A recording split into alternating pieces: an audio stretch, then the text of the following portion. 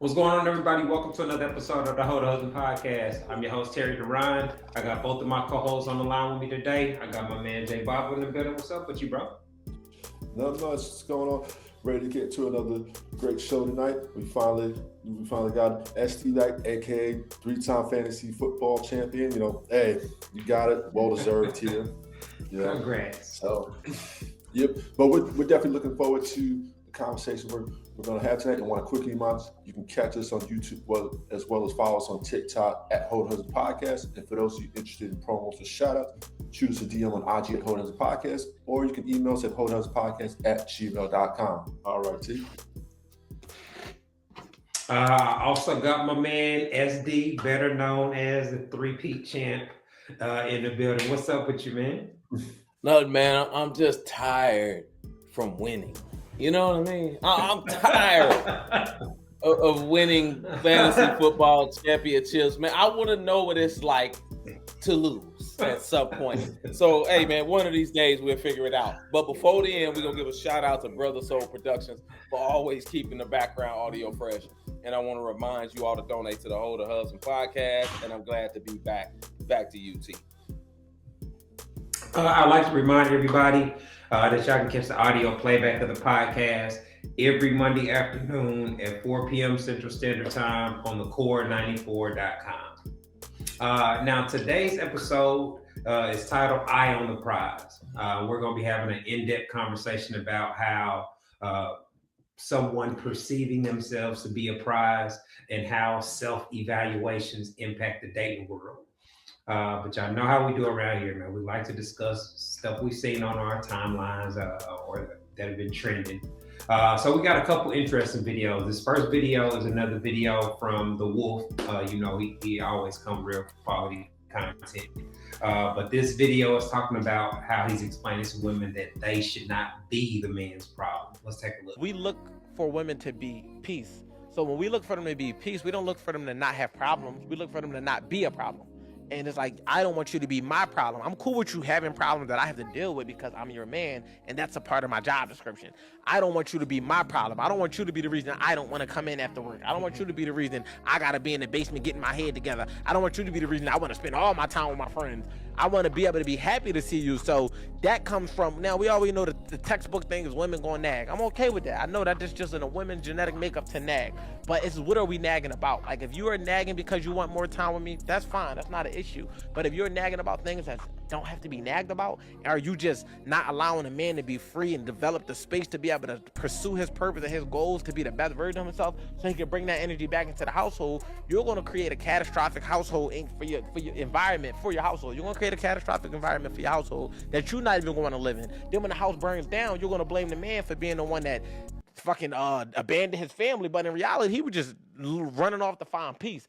He broke it down in a lot more layers than most people do, because you know that's kind of a cliche these days. Be his peace and all those type of things, and it's really a expansion on pick your battles. Like, we understand that life is gonna come with problems. There are gonna be unhappiness. There are gonna be disagreements, but as long as those things are handled with respect, that you understand what the intent was, and you don't, make a mountain out of a molehill and over exaggerate things. I think for the most part, guys can, deal with the problems that come up, and we're solution based as men. So our goal is to give you a solution or solve a problem and come up with a way where we don't have to really deal with it again. But that the problems is, we spoke about this a lot of times. Sometimes the woman's nagging a man because he's not thinking and acting like a woman, or he's not doing what she would have done. And in a lot of those cases, I think those things tear apart the relationship over time. Yeah, man, I don't think women understand, kind of like he said. It's not disturbing our peace if you have a problem. It's disturbing our peace when you create a problem. Those are two different things. Two different things. Like he said, everybody's got some type of issue or whatever the case. Okay, cool. But are you creating the problem or creating the issue that you have here. Like I remember I was talking to this one young lady, right? And I stopped talking to her. She had 2 kids, right?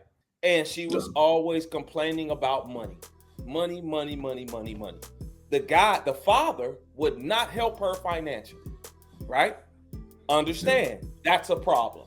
Okay, I get it, that's a problem. But on the other side of that, she would not take him to child support. She would not do it. And I'm like, yo, that's what child support is for. He don't want to go. He's not taking care of his responsibility. So then you have to go to the court in order to make him, even though he tried to do things here and there, which was very rare. And I said, you are creating a problem for yourself because you can rectify this. You can go because he made money. He just wouldn't do nothing. So I'm like, you can rectify this by going to court and getting child support. She would rather struggle. Okay, cool. I understand you have a problem. But now you're creating a problem that's gonna mess with my peace because you don't want to solve the problem. So therefore, I'm done because it's not that I don't need a woman, and this is what I say. I don't need a woman to bring me peace. I just need a woman to not come in and wreck the peace that I already have because my life is already peaceful. It don't mean that you ain't gonna have problems. It means that you don't introduce problems and cause issues with my peace. That's what that means. Jay, what you think? No, man, that's definitely on point. No, I mean, there's no such thing as the perfect relationship, right? Every relationship is going to have runs of problems and have issues, right? It's how do we go about that? And how do we effectively go about I guess rectifying the problem for lack of better description here. Like you said, men want peace. You said you already have peace in you, but you don't want her to bring problems into not problems that are either A, preventable, or B, we can solve. That's right. But you do have some women that just find a problem with every solution, right? Like you made a great example. You presented a solution there. She found a problem. She didn't want to, and I understand where you're coming from because now that's on her. Yep, because now she's basically going to become a bill for you because she's having financial issues. So that's a problem within itself. Yeah, I think a lot of times when we're talking about women complaints and they're nagging, a lot of times they just have a problem with men being men. And that's where you have to be able to figure out, all right, is this a legitimate complaint or this is something that I should have done different? Because you're going to forget stuff. You're going to, oversleep. You're going to miss a text or, sometimes you can get multiple texts back to back and not read one sentence. Like, so all those type of things are going to happen. But as long as, the way I always viewed it, when it comes to like resolving conflicts or whatnot, if you give me the opportunity to be able to explain what I was thinking at the time, what information I had, and what my intent was, then 9 times out of 10, that's going to provide you with the information on why mishap or the problem happened. But if you just don't care about none of that and you just want to make a scene or like that's where I would have a major issue with that. And to me, that word would be considered toxic, and I can't do that. Bro, I broke up with this chick, or not broke up with her, but stopped talking to her because she would dream something and then cause an issue from her dream. Who was you sleep with? Did you sleep with somebody else? And I'm like, what the heck are you talking about? I had a dream that you was out with this here girl, and I'm like, man, what? I was at work. I was in my house. And then so she had yes, this would cause an entire issue. And then if she did come over and I wanted some head, I wanted to get something, it was, call that chick that was in my drink. Excuse me? What? What did you say? She got issues, man. Like, that's unsafe.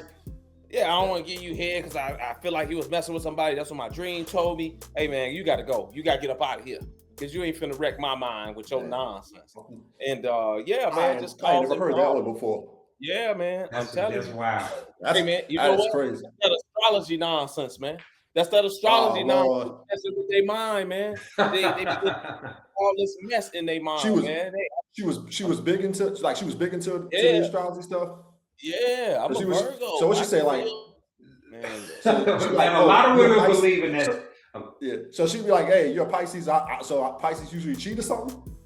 No. She was saying that she's a Virgo. So, man, I didn't even want to say that, but she's a Virgo and she can feel certain things and her dreams be true most of the time. And she knows something going on. Man, if you don't get out of my house, Dionne Warwick, I ain't got time for this.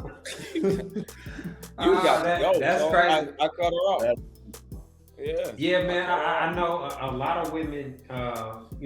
They call psychic lines, and they do all these type of things where they. That their belief systems are not usually rooted in reality, and so you can definitely get those type of problems. I've never heard that sounds like something a high school kid would say. It's hard to imagine a grown woman still adopting that belief system. But let's keep things rolling, man. This next video, when I first saw it, I just laughed. But it was essentially a woman talking about the guilt women feel about placing guys in the friend zone. Nobody talks about the guilt of not liking back. The kindest guy you know would treat you right. Like, he's sweet, he's respectful, he's probably the guy your mom would love for you to be with, and yet something in you just doesn't click. And then you feel bad because you can't even explain why. Like, how do you tell someone it's not you, it's just that my heart's not in it? It almost makes you feel ungrateful because you know there are people out here begging for someone like him. But here you are, not feeling it. And the worst part is you can see he would move mountains for you. But you also know that if you forced yourself to be with him, it wouldn't be fair. Not to him. Hey T, this is the problem. T, hey man, let me give you some context on what this woman is saying. Let me give y'all something real fast. I did surveys, right? Y'all know how I love surveys. I want to read y'all something, then I want Terry, I want you to go ahead with what you said. Listen to this. I asked the women on my page, if you meet a man that you're extremely attracted to because he's physically everything that you like, and you only want to sleep with him because he's not marriage material, how long will it take for you to do it? Right? 1 to 2 weeks, 55%. 3 weeks, 10%. That's 65%, 3 weeks or less. 65% for a man that's not marriage material, but he's physically everything that they want, right? So now we got the man. I asked him again, if you meet a man that's marriage material, and he has all the husbandly qualities, but you're not fully attracted to him, how long do you think it'll take for you to sleep with him? 86% of women said 90 days to over a month. 65% of women said 90 days. Listen to this. So when these here women come out here and talk about this guy, she said herself in the video, I'm sorry, Terry, that I jumped in with this here. She said herself in the video, he'd move mountains for you. He's a great guy. Everybody wants you to be with him. He'll do all of these here particular things. These are the men that the women don't like and make the men jump through hoops to be with them. Oh, you got to cash at me. Oh, you got to take me to Roof Chris. Oh, you got to pay all the bills. And on the flip side, they got the guys that they know ain't no good for any type of long-term commitment that they will smash in a heartbeat. Nobody knows they know they shouldn't be with him or any of that. And he has no rules, no stipulations, and no standards that he has to live by for shorty. So I say that to say, a lot of these women, and that woman in that video, she got to be close to 40 if she ain't there already. And like she got to be up in age. Like options are very low already. It's very low. And what happens is once they realize it, that's when they get online and be like, oh, I just want them to have a job. Oh, now he ain't gotta have none of it. But now them dudes ain't checking for you, and you old and over the hill. So that's their fault when you really think about it. Go ahead. I'm sorry. Nah, what she was talking about is the female perspective of the friend zone, and that's why it's incumbent that guys learn to identify whether a woman is attracted to you or not. We talked about it recently where you gotta say something like I'm willing to say something sexual or make a sexual joke or flirtatious comment to where if you're not attracted to me, you're going to respond a way and let me know that one is never going to happen. And I would rather find that out sooner rather than later. I learned in high school how stupid it is to try to convince a chick to like you. Like, even if they find you attractive, they can find you physically attractive, but they think you. I had lots of girls tell me I was too smart. I was a nerd, and, for intelligence. Like, man, how is that a problem? But okay, I realized very early on that female dating decisions ain't always based off logic, and I learned real quick that trying to escape the friend zone is a real silly dating strategy. Yeah, man. So that's you. Once you understand women, that's when you start to move a certain way as a man. And it's really, and the men that actually understand it are the men that's successful with women, right? And so it's very little incentive for the men to be good guys, because ultimately the bad guy and the good guy want coochie, both of them. Don't matter if they're a good guy or a bad guy. Both of them want coochie, right? So if the bad guy is getting the coochie within a week or two, knowing that he don't have to be a husband material guy, he ain't got to spend all his money, he ain't got to split the bills, he ain't got to do none of that. What incentive is it for the bad guy to then become the good guy? There really is none, but it's the women's fault because they control the market when it comes to sex.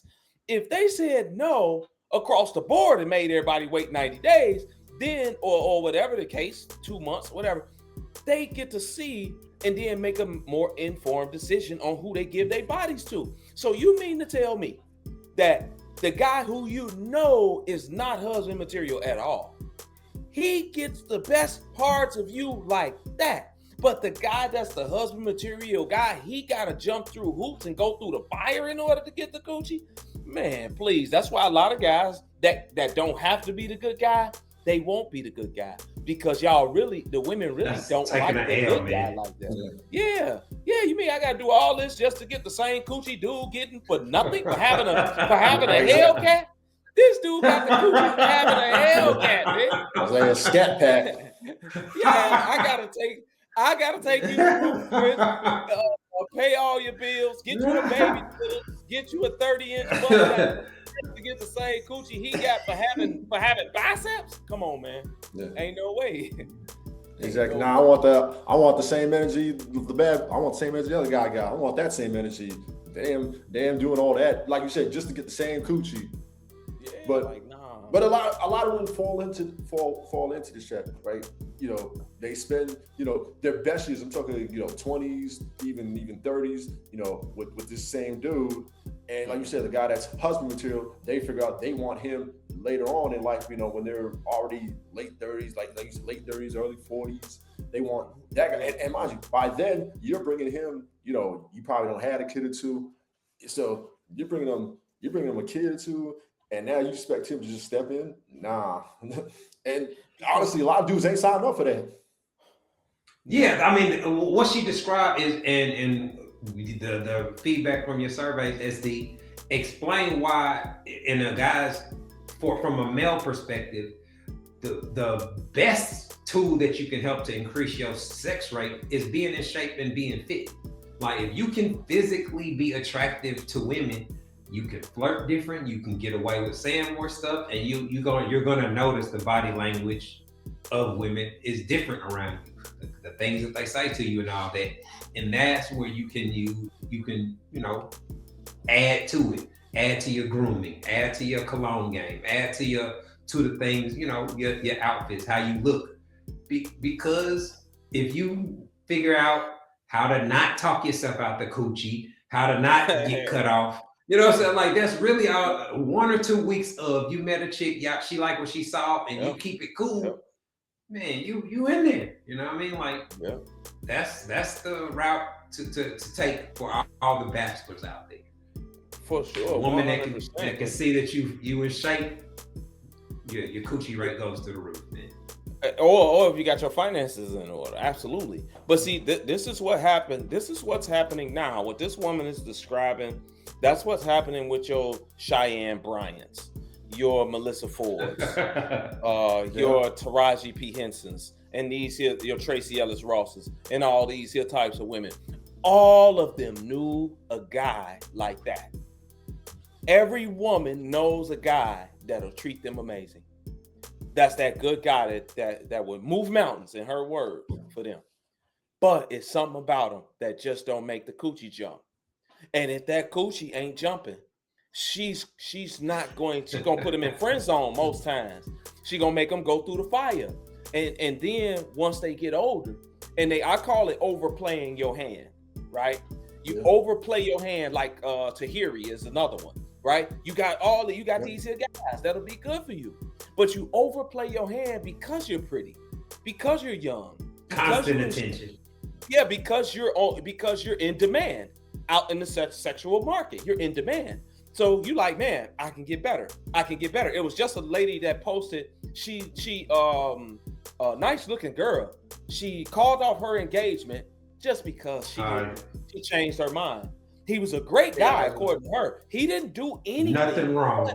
I just changed my mind. They were living together. I'm sure he paid all the bills. She saved up her money. Now she done moved out, got a new place.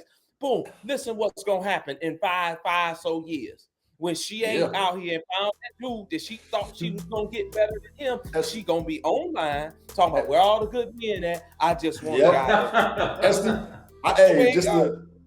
SD, just to pick back up your point, another great quintessential example to what you just said. I remember Tia Mara, she left her husband for basically the same thing. No good reason here. You know, Corey Hart, she left him and she thought she could get back into the dating market. She was posting these cringe, learn the hard way. Sexy videos in bikinis and stuff. And she's like, the guys want to check me. Now she's talking about, hey, I want my husband back. Yeah, because she said on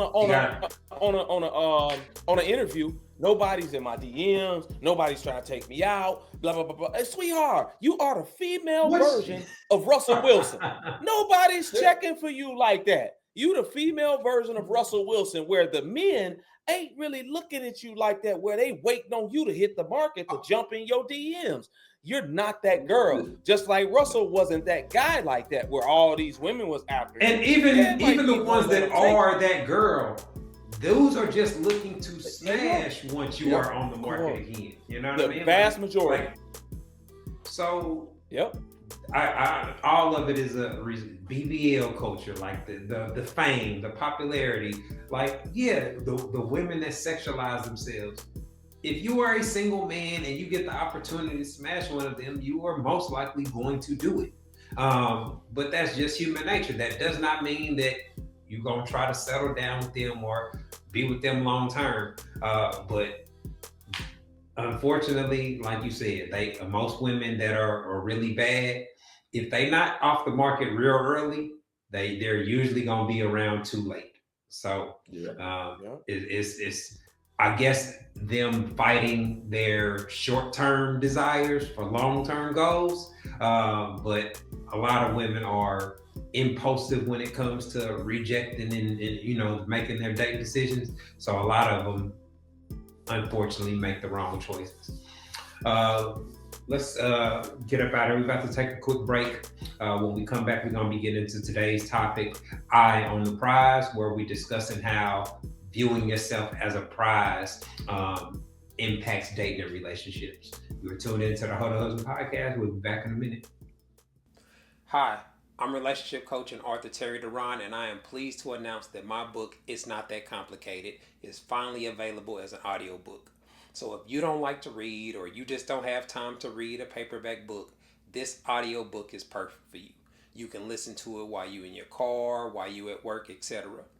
In the book, I break down how husband material men think and operate in regards to sex, love, and relationships, and I provide real quality insight on how husband material men approach dating. The audiobook is available on audible.com and on iTunes. All you have to do is go to one of the websites and search for my name, Terry Duran. Go download your copy today. All right, everybody, welcome back to the Ho to Husband podcast. Today's episode is titled Eye on the Prize. We're talking about how the prize discussion and viewing yourself as a prize impacts dating and relationships. So y'all know me, man. I like to start out with definitions so we can start the conversation, making sure we're talking about the right things. So the definition of the word prize: a thing given as a reward to the winner of a competition or in recognition of an outstanding achievement. So I can understand in a way how, you know, people that are confident in themselves and feel like they're a good catch could view themselves in that way. But to me, I think, you know, in the social media era, I think it creates a lot of problems and a lot of delusion when people, you know, use that kind of language and terminology, because I don't really think that the dating world is a direct competition like a contest or a sporting event or something like that. What do y'all think? I like it because it gives us something to achieve after, like any other prize, right? And I think the problem is that all women think they the prize. Yep. All of them. And so Every single one. If a prize is if something is in abundance, it's not really a prize at that particular point, because it's so many of them out there. It's like, whatever, it's no big deal. I could get. It's more like a certificate of participation. Yeah, like everybody get one of those. But the prize is usually something that's highly sought after, that's scarce, but it's in high demand. That's usually what the prize is. Not, and I think a lot of people misconstrue themselves as prizes just because. You got a lot of dudes saying it because they got money, and that's all they got. You got a lot of women saying it because they were born with titties. And it causes a lot of delusion out here, but I do like the analogy of it though, of a prize, because a lot of people are trying to get them, and that's what people do for prizes. The NBA, they trying to get a prize. The championship. The NFL, they trying to get a prize. You got all these dudes out here trying to get some coochie. Coochie is a prize. It's all over the place. It's all over the place, but still, women trying to get a man that's a provider that can take care of them. Those guys are prizes too. So, you know, I really don't have a problem with it personally. What about you, Jay? I don't either. I mean, I think the market determines what's the prize and what's not, right? Like you said, the prize is something that's highly sought and in high demand. And I think where the dating game gets distorted here is most women have an inflated sense of, self. Everyone, like you said, everyone thinks they're the prize. Everyone thinks they're a dime. Everyone thinks they have the best coochie, since sliced bread out here, right? So, I think it comes up for the men, it becomes a matter of how do we navigate through that? How do we figure out, okay, what's the best prize? What's the best fit for me? Mm-hmm. Well, I think it is good to have the feeling like you won a prize or you have a quality spouse. Like to be with somebody that you're not really attracted to, or that you're not, really actually happy to be with. To me, I think that's a completely separate problem. But I think the delusion and the overinflated self-worth is a problem if you just view like, I'm the prize, so you got to do X, Y, and Z to be able to date me, and I'm the prize. And it's like, nah, that don't really apply, because I guess it goes into my following question. In today's dating climate, what's actually more rare or harder to find? Husband material men or wife material women? And so I guess that really kind of determines what would be considered a prize in this dating market. But see, that's a tough question. It is. Because I believe it's a lot of men out here that's husband material men that would make good guys to be in On relationships with for women. Yeah, just period. But I think that those men are just not who most women are attracted to. Think about it. When women come out here and talk about the man that they don't want to date, and what's the minimum requirement for money? It's usually $100,000. Well, 85% of men is gone out of there. That's white, black, Asian, everybody. They gone.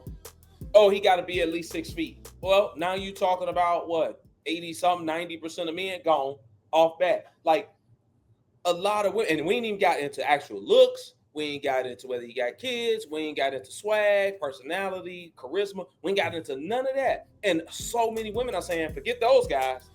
These are the guys I want. So it's a lot of good men over there. A lot of them that don't have the swag, the charisma, the confidence, like men, the other men do. That don't mean they learn and develop them skills. Material.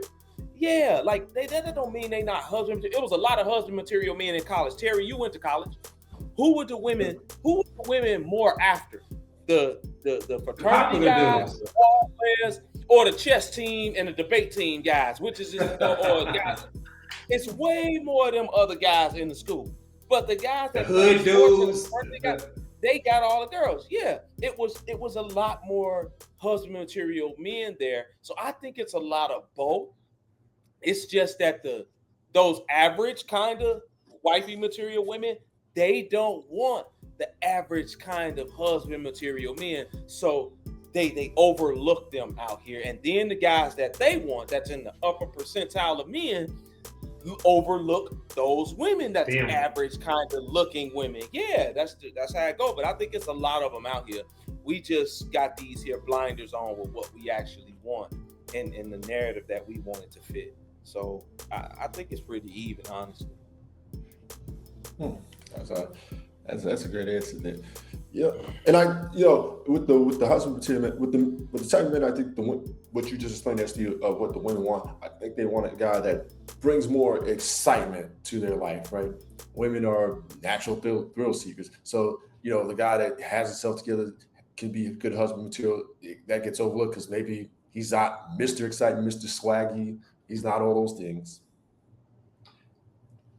Well, to me, I think it's a lot easier to identify husband material.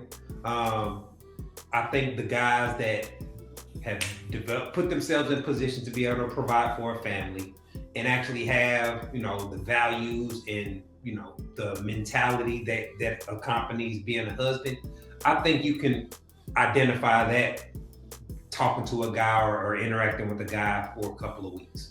Like seeing how his thought process and how he views different things just through 1 or 2 dates. I think when a guy's actually husband material and got something going on, it don't take him long to explain his life philosophies and what he got going on.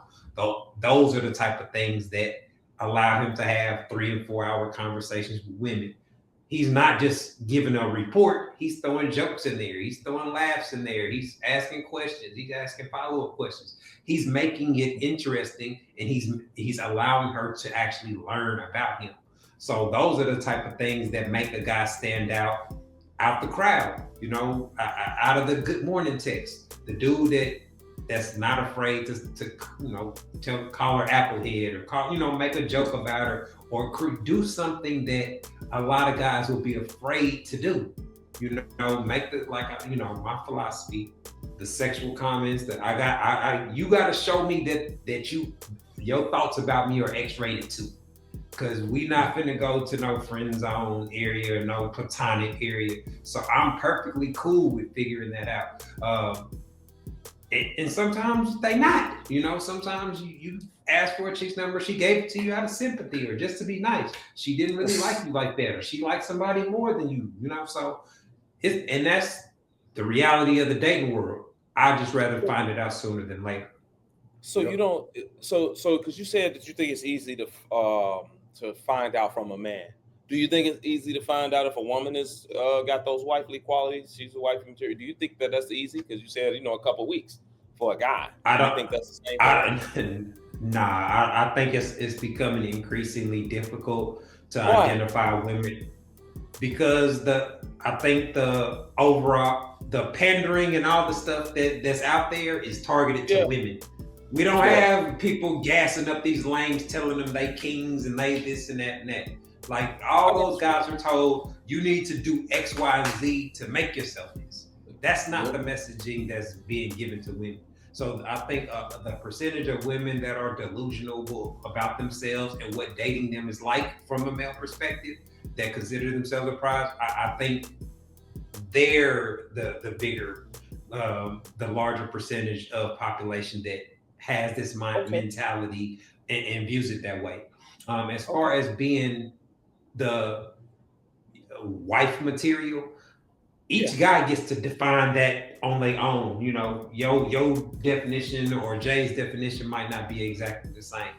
And so in our society now, it just seems like what are the requirements for somebody to be wife material? They can all have kids. Cooking and cleaning ain't that impressive, so you're not really gonna know until you see how she handled crisis. She see how she deal with some real situations. So I think that's harder to figure out and takes longer for a guy to figure out about a woman.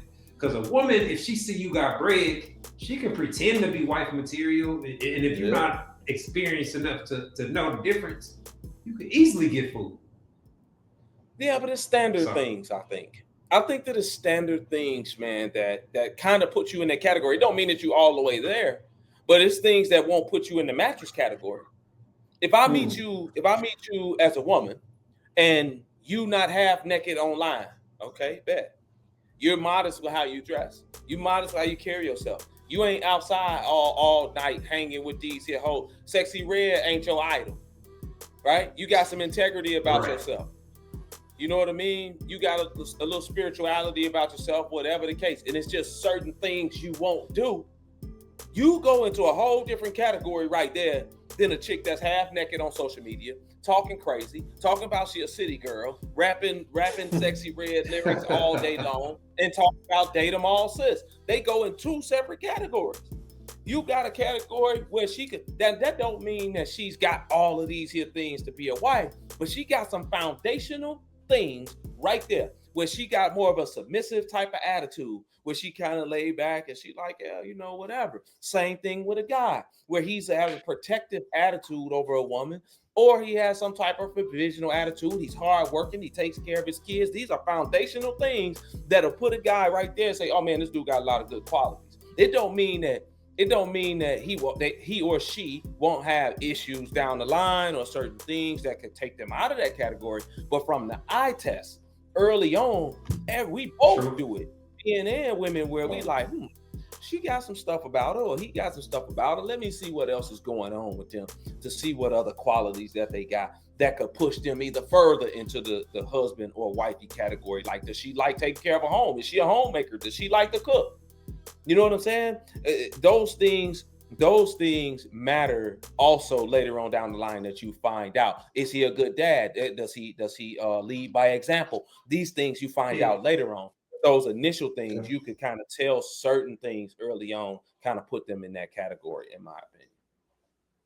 Yeah, you could pre-screen a lot of those things once you see somebody's social media. You see on Mother's Day, Father, you get to see them and glimpses of their life to let you know how much y'all have in common and whether they have, whether they're family oriented or not, and those type of things.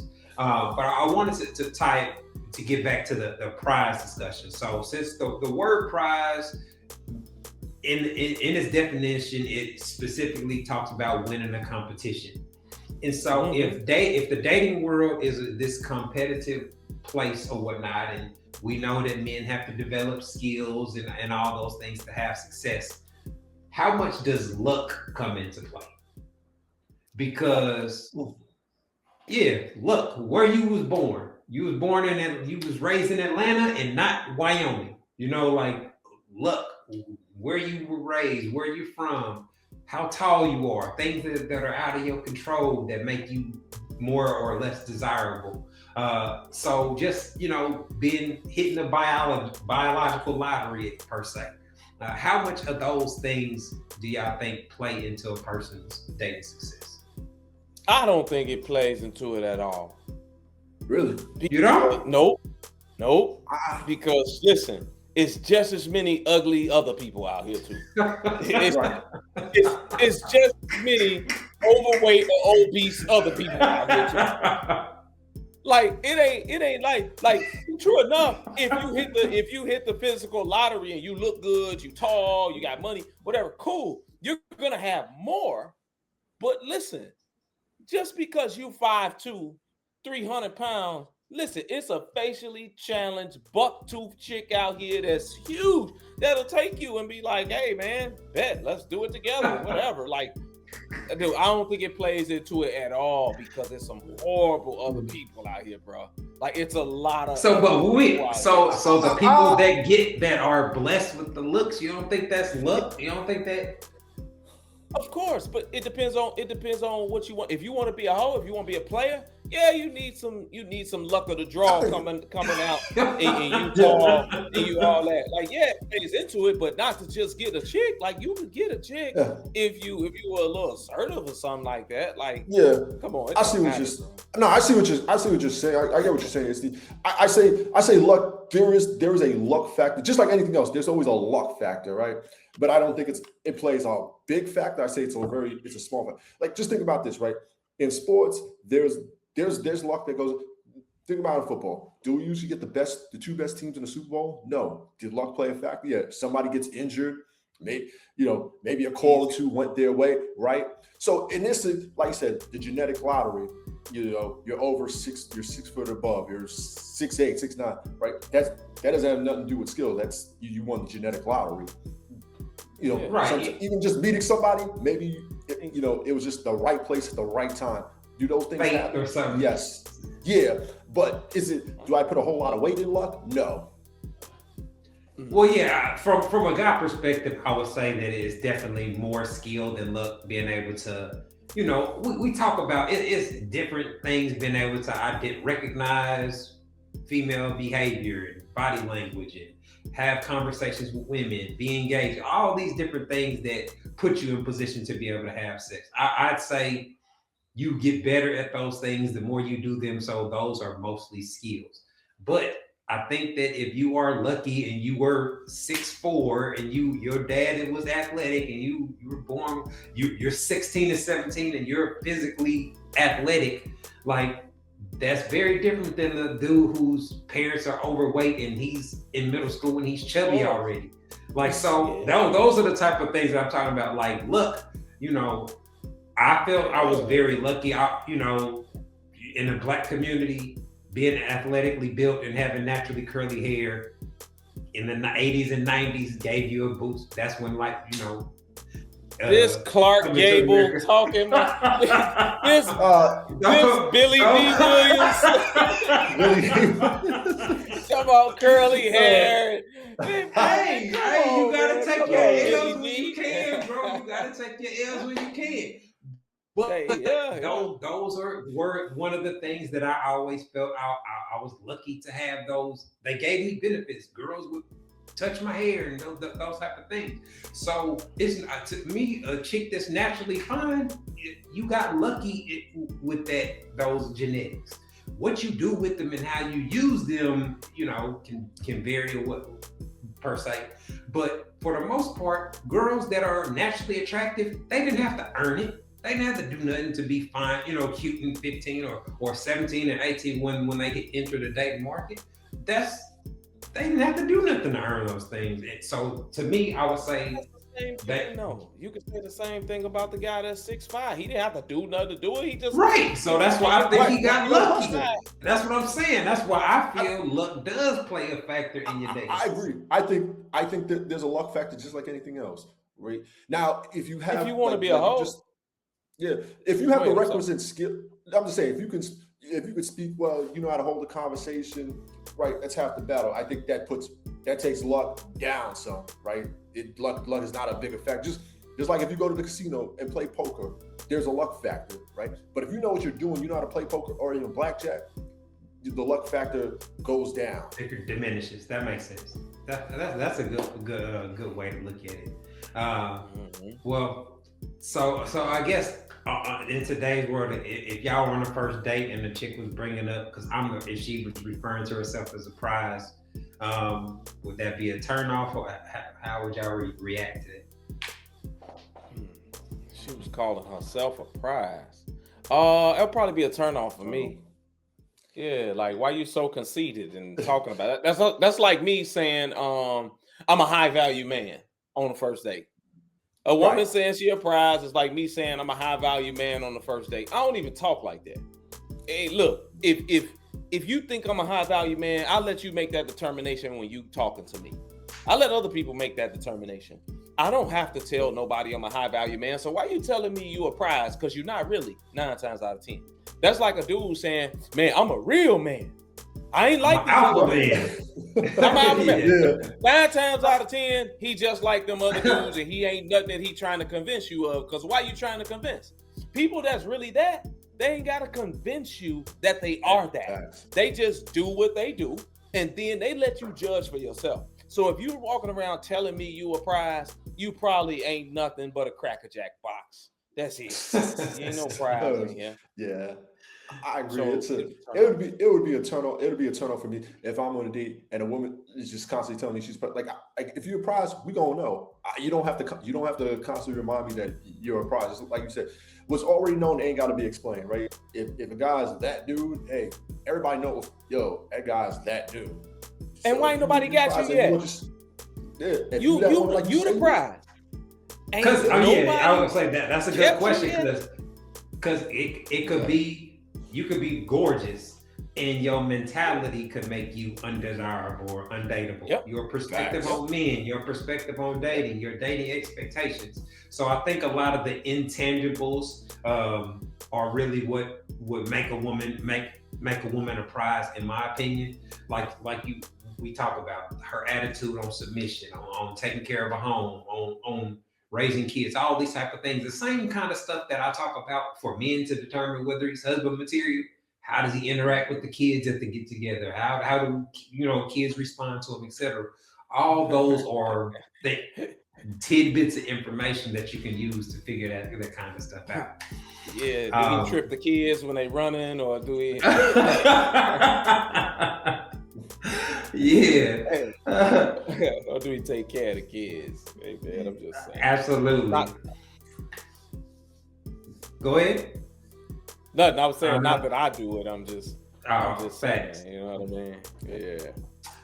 All right, man. Look like we up against the clock, so we about to get up out of here, man. But before we go, man, I want to give another shout out to my man, Brother Soul Productions, for keeping us laced with our background music. I want to remind y'all to continue supporting the podcast through our Cash App and PayPal. JSD, man, I appreciate y'all linking up so we can get this episode knocked out. This has been another episode of the Ho to Husband Podcast, y'all. Thanks for tuning in. Peace.